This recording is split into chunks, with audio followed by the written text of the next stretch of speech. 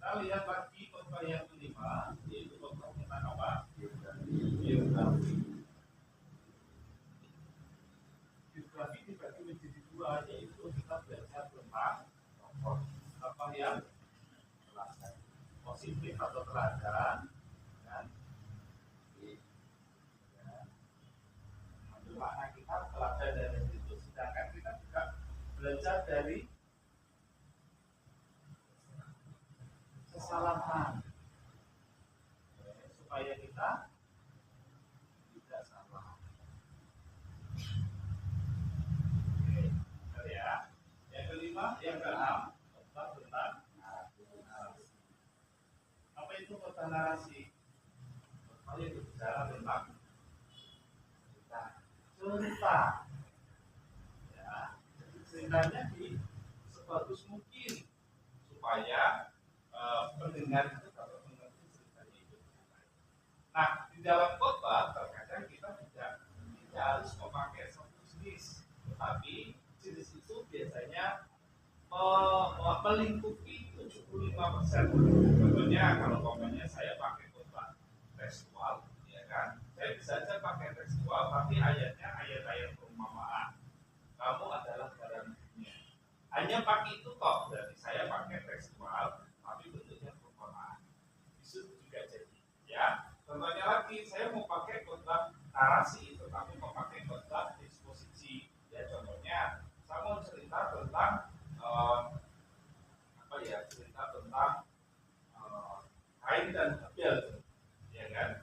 Itu adalah saya buat narasi ketika ini meliuk-liuk, ya. Itu secara langsung adalah satu perikop, tapi dalam bentuk narasi, ya. Jadi bisa jadi dua. Apakah memungkinkan bisa jadi tiga? Bisa sekali. Contohnya adalah saya mau cerita tentang tokoh Zakheus, ya. Zakheus pasti kita melihatnya tentang biografi, ya. Tetapi saya ingin menceritakan tentang Zakheus yang benar-benar cerita yang menarik. Saya pakainya narasi. Terus karena saya ingin itu satu nat, saya batasi ngambilnya di eksposisi. Jadi bisa saja seperti itu. Ya, jadi jangan takut ini modelnya apa? Nggak apa-apa. Ya, yang terpenting adalah nanti kita yang titik tentunya adalah di makna roh. Jadi apa yang ingin kita sampaikan itu kan makna rohaninya, inti dari ceritanya ini. Ya, jadi kalau kita mau makan, yang terpenting cara masaknya atau hasil akhir makanannya. Anda nggak bisa katakan bahwa yang penting hasil akhirnya kalau tidak dimasak dengan baik, betul. Oke, itu juga dengan hal ini. Ya, ada yang katakan bahwa kalau umpamanya kita makan nasi goreng, ya. Kalau umpamanya nasi goreng ada nasi goreng Solo, ada nasi goreng Lamongan, terus kita coba kalau kita mix, gitu ya, dan bumbunya kita tambahkan ini, nanti jadi nasi goreng baru, itu juga boleh. Pinter-pinternya aja seorang khotbah itu memutar bagaimana ya, pinter-pinter itu bisa terjadi, ya. Jadi jangan heran. Biasanya tetap dia akan memakai pakem, pokoknya dia pakai kalau pamannya saya nggak tahu, saya aja pakai topikal. Walaupun di dalam topikal pasti ada satu benefitnya di posisi di biografi, nggak masalah. Itu akan kalau silakan. Ya, oke. Dari fase pertama ini, siapa yang belum paham? Ya. Jadi itu caranya mencari konteksnya. Ya. Jadi seperti orang memasak, ini tuh kayak dapurnya. Ini kayak apa ya, tempat masak kita. Mana pisaunya, mana apa-apanya. Ini adalah konteks tekstual, posisi, topikal, perumpamaan, biografi, narasi. Oke. Ada yang belum jelas atau belas? Paham semua. Harapannya paham semuanya, ya. Bapaknya yang perlu datang dari keenam ini mana yang belum jelas? Jelas sekali. Ya. Mana? Tahu ini? 456, oke, kita ulas ya. 456. Khotbah perumpamaan adalah khotbah di mana yang bukan makna sebenarnya. Ya, bisa satu ayat, dua ayat, bahkan ada satu perikop. Ya, jadi diumpamakan. Contohnya apa? Kamu adalah garam dunia. Kamu adalah terang dunia. Kan kita bukan terang, kita manusia. Tapi diumpamakan itu untuk apa? Untuk ada perbandingan atau persamaan. Oh, berarti kalau terang itu kan menyebar. Berarti kita harus menjadi berkah. Ya kan? Terus umpamanya Raja Wali, apa Raja Wali itu? Raja Wali itu kan memiliki sayap dan terbang. Oh, berarti kita itu harus selalu naik. Gitu. Kita harus selalu kuat. Ya. Oke, umpamanya seperti rusa yang haus, berarti kita itu harus selalu dekat dengan sumber air. Kita harus dekat dengan Tuhan. Ya, jadi apa umpamanya mendirikan apa namanya bangunan di atas batu dan mendirikan bangunan di atas pasir. Ya seperti itu kita membuat diri kita itu di atas batu atau di atas pasir, di atas firman Tuhan atau di atas apa kata dunia. Gitu ya, orang itu kata dunia itu berdasarkan timbul, ya kan. Nanti kalau umpamanya apa namanya nyapu, ya kan, sandi Allah untuk sore hari, nanti kamu mengundang beli-beli ke rumah. Lah orang percaya karena dia nggak memiliki firman. Tapi kalau memiliki firman, nggak percaya gitu-gituan lah, ya kan. Hati-hati kalau tanggal 3 suro apa, jangan lewat ini, lewat itu, kalau lewat jembatan komisi, ya kan. Karena apa? Dia nggak memiliki firman. Tapi kalau kita memiliki firman, meletakkan rumah kita di atas batu, bukan di atas pasir. Ya, kira ke rumah, ya, ternyata rumah kita di atas batu. Ya, ternyata dunia bukan rumah kita dalam ini. Kelima, ya, keempat, ya perumpamaan, diumpamakan. Yang kelima adalah biografi. Apa itu khotbah biografi? Khotbah di mana seseorang akan mencari tokoh-tokoh di Alkitab. Nah, terus ini caranya gimana ya Mas? Kita cari tokoh di Alkitab. Tapi kita itu nggak tahu tokohnya gimana. Sekarang makin lebar banyak kita tahu tokohnya. Kita mau cari di internet tokoh yang terkenal sekian dalam Alkitab. Langsung muncul. Apa sekarang kalau pokoknya itu langsung muncul selengkap-lengkapnya gitu ya. Kita tidak cari ayat-ayatnya kan ya. Nah, kita tinggal gali. Walaupun sekarang teknologi canggih, tetap kita perlu penyederhanaan sesuai dengan konteks yang ada di. Ya, jadi biografi ada dua, kita ambil contohnya tokoh-tokoh yang bagus, positif. Contohnya kita mau contoh tentang Abraham, kan orangnya yang apa namanya setia kepada Tuhan, ya kan, jalan kemanapun dibimbing Tuhan. Tapi ada juga tokoh-tokoh yang banyak kesalahannya, contohnya belajar kesalahan dari Simpson, Yudas Iskariot, dari Iblis juga bisa. Jadi tokoh-tokoh yang ada kesalahannya. Supaya apa? Kita tidak salah dalam mengaku, gitu ya. Dan yang terakhir adalah cerita tentang narasi. Cerita narasi ini adalah cerita khotbah di mana dia akan bercerita dengan sebagus mungkin, ya, sepaham mungkin. Ya, jadi kalau umpamanya bedanya apa dengan yang lain? Contohnya kalau cerita saudara-saudara, kita belajar tentang Zakheus. Zakheus adalah seorang yang memang badannya pendek dan dia jalan dari ini melewati sebuah kampung dan di situ ada pohon ara. Yesus lewat di situ. Dari ini kita dapat makna yang dapat kita ambil. Itu adalah cerita tentang eksposisi atau cerita tentang biografi. Tapi kalau narasi tidak bisa seperti itu, saudara. Narasi benar-benar seperti dibumingkan. Ini memang contohnya setelah itu contoh. Adik-adik atau mungkin saudara, ada seorang yang badannya pendek, suaranya kadang diledakin, kadang dipanjangin. Kalau apa ya, umpamanya Zakheus tiba-tiba orang banyak berbondong-bondong banyak, kan? Karena badannya pendek, kita pakai gerakan-gerakan yang menunjukkan bahwa dia seperti Zakheus. Tiba-tiba. Jadi cerita narasi adalah cerita di bawah seluruh tubuh kita ini akan bergerak sedemikian rupa supaya pendengar paham.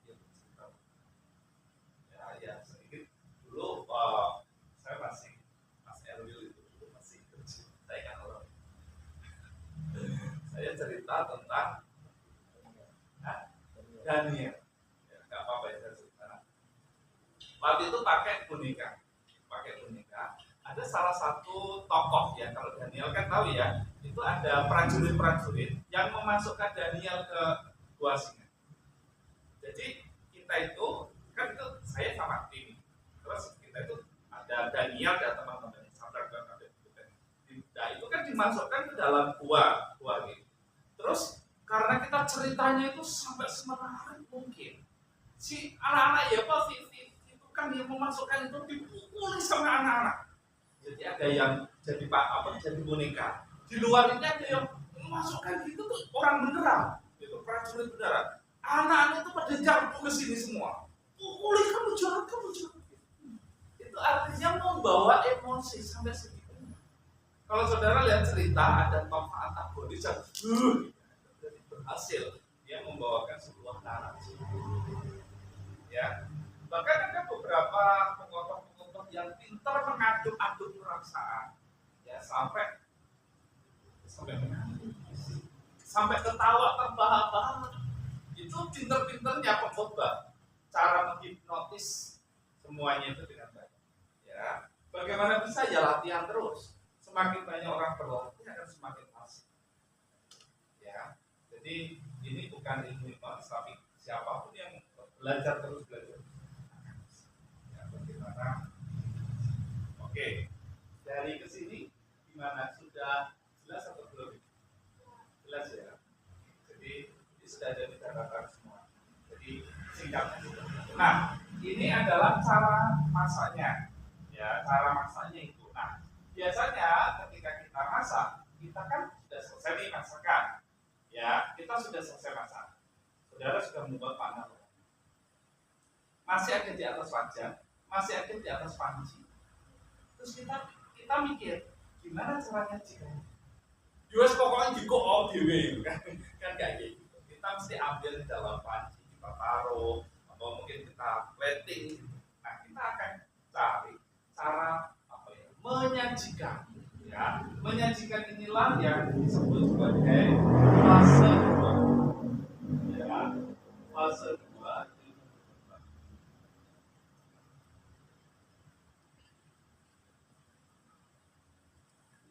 Jadi dalam fase 1 meliputi 6 materi.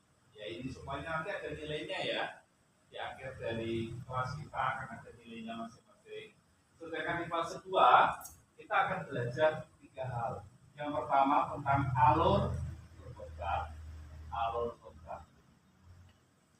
Yang kedua adalah tentang teknik khotbah.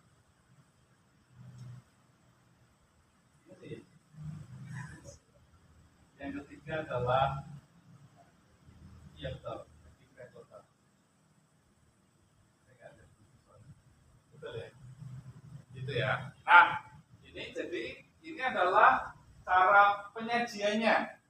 Ya, alur khotbah berbicara tentang urutan, teknik khotbah berbicara tentang bagaimana kita menyampaikan khotbah itu. Jadi khotbah itu ada caranya bersuara, ada caranya gimana ketawa, gimana sedih, gimana suaranya. Itu nggak semuanya harus keras di sini nanti. Gitu juga kan.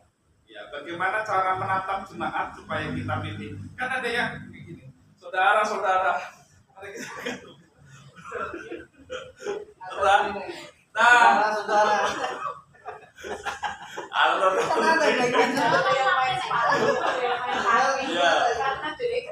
Iya. Dan sarang teknik ini akan jadi ciri juga. Ya. Saya itu seringkali kalau ini kan ada yang punya ciri gini. Apa itu? Ada beberapa orang yang sering mengulang kata-kata itu. Ada 26 cirinya. Ya.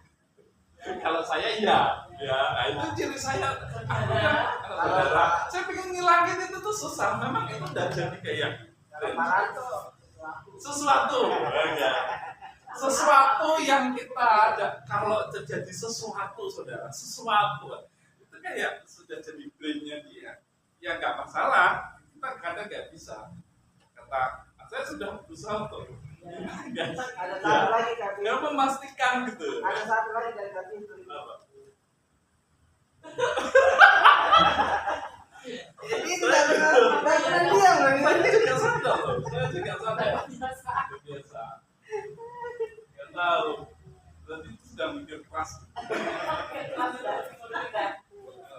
Dan ada teknik juga jadi ciri ada orang yang memang pintar untuk contohnya lucu gitu ya. Nah, kan ada yang bisa lucu itu nggak apa-apa. Jadi kayak stand up comedy itu nggak semua orang bisa. Jadi saya aja belajar ingin lucu cuma nggak lucu. Kayak Mbak Arista itu kan pintar lucu dia. Orang di depan aja bisa. Itu kadang itu alami sih. Kali ini kayak gitu. Melawak. Dia belum ngomong aja kita sudah tahu. Itu bawaan loh, itu bawaan yang kalau didalami lagi jadi pintar banget. Mau stand up comedy bisa khotbah dibawakan. Kalau contohnya itu mau itu tuh dia stand up comedy iya, pengkhotbah juga iya. Gitu. Jadi pintar-pintar aja dia mau ngolah apa kayak gitu. Jadi bisa dipelajari, cuma kalau nggak punya bakat ya dia kerja keras bisa sih. Tapi kalau saya nggak bisa. Sempat sih belajar pengen lucu tapi tetap nggak masuk lucu. Saya aja nggak. Iya. Terus yang terakhir adalah etika berkhotbah. Bagaimana menjadi seorang pribadi yang berkhotbah. Ya, tapi terakhir ada salah satu yang harus kita kerjakan menjadi pribadi berkhotbah. Ya, oke. Ini sudah selesai ya. Saya anggap sudah hafal. Kita tidak perlu lagi membahas ini. Kita akan membahas tentang alur berkhotbah. Ya. Oke, tentang alur berkhotbah kita akan lihat sebentar. Setelah itu nanti akan bergantian yang menyampaikan.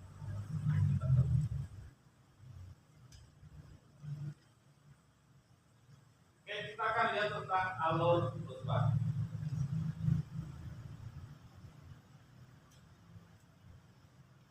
Semoga cukup jawab ini. Kita coba berikan yang terbaik dari semuanya. Bahkan kita cari seluruh materi di seluruh Indonesia. Mana yang terbaik kita cari. Ya. Jadi alur khotbah ini adalah cara menyajikan dalam satu teks khotbah kita itu seperti apa. Ya yang pertama pasti kita mulai dengan apa? Doa. Ya, doa dulu pasti. Ya walaupun kita mungkin tidak menulis doanya.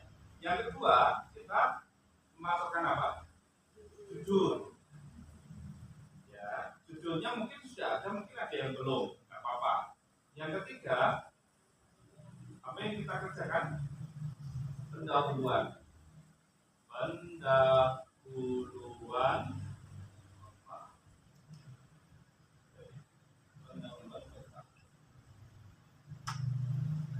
Nah, ada pendahuluan, terus yang keempat ada apa? Isi khotbah. Sebenarnya mudah ya. Pendahuluan, isi, terus ada penutup.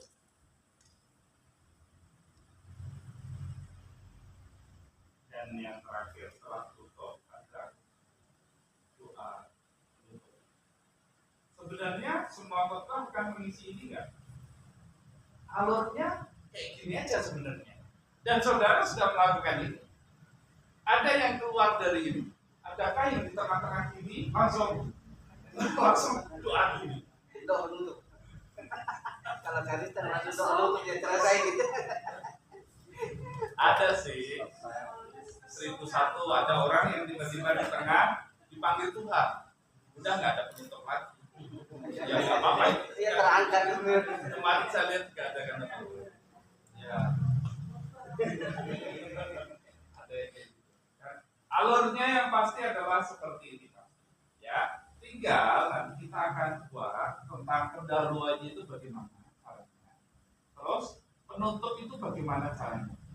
Supaya apa? Supaya makin cantik gitu kalau kita praktek makan. Ya, oke. Nah, kita akan membahas hari ini tentang pendahuluannya dulu. Pendahuluan dulu, kita belajar, setelah itu kita praktek. Karena apa? Kalau tanpa pendahuluan, adakah orang yang tanpa pendahuluan ada? Contohnya gini, kita mau ngomong tentang Zakeo. Shalom. Oke. Saudara, mari kita akan buka bersama-sama dalam Lukas pasal 9. Pernah saudara dengar kayak gitu? Pernah, sering gitu ya. Ya, karena mungkin dia tidak belajar tentang tekniknya kayak gitu. Tapi kalau saudara belajar, harus pakai pendahulu. Gitu ya. Nah, tata caranya bagaimana? Biasanya kalau umpamanya orang melakukan ini semuanya adalah 100%. Ya, 100%. Ya. Oke. Anggap aja lah isi khotbah kita itu ya sekitar adalah 60% dari semua. 60% dari semua. Ya, isi khotbah kita. Nah, pendahuluannya itu adalah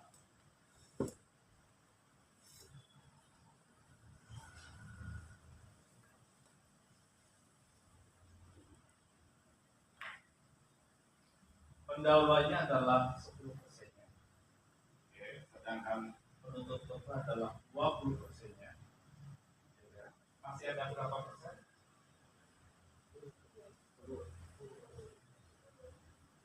10%. Ya. Ini adalah bagian dari doa 5%, 5%. Ya tergantung ya. Doa bisa bagian dari panjang pendeknya tergantung isi khotbahnya bisa jadi 70%. Ya. Tapi yang pasti adalah pendahuluan itu tidak terlalu panjang dan juga tidak terlalu pendek. Ya, kalau umpamanya maksimal banget 15%, tapi kalau terlalu sedikit ya nggak sampai kurang dari 5%. Tidak secara menghitung. Ya, karena kan kita yang tahu kita khotbah kita seberapa panjang. Ya, oke, kita akan langsung masuk ke pendahuluan khotbah. Bagaimana cara membuat pendahuluan? Ya, langsung saja saya panggil.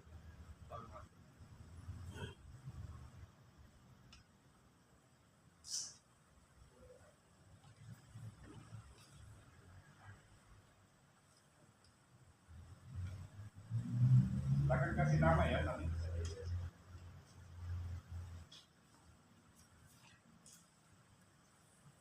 Satu-satu.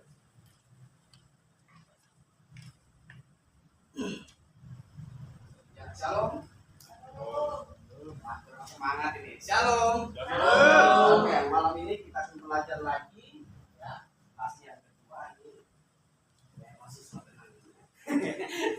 Kayak mahasiswa tulik itu ada berapa semester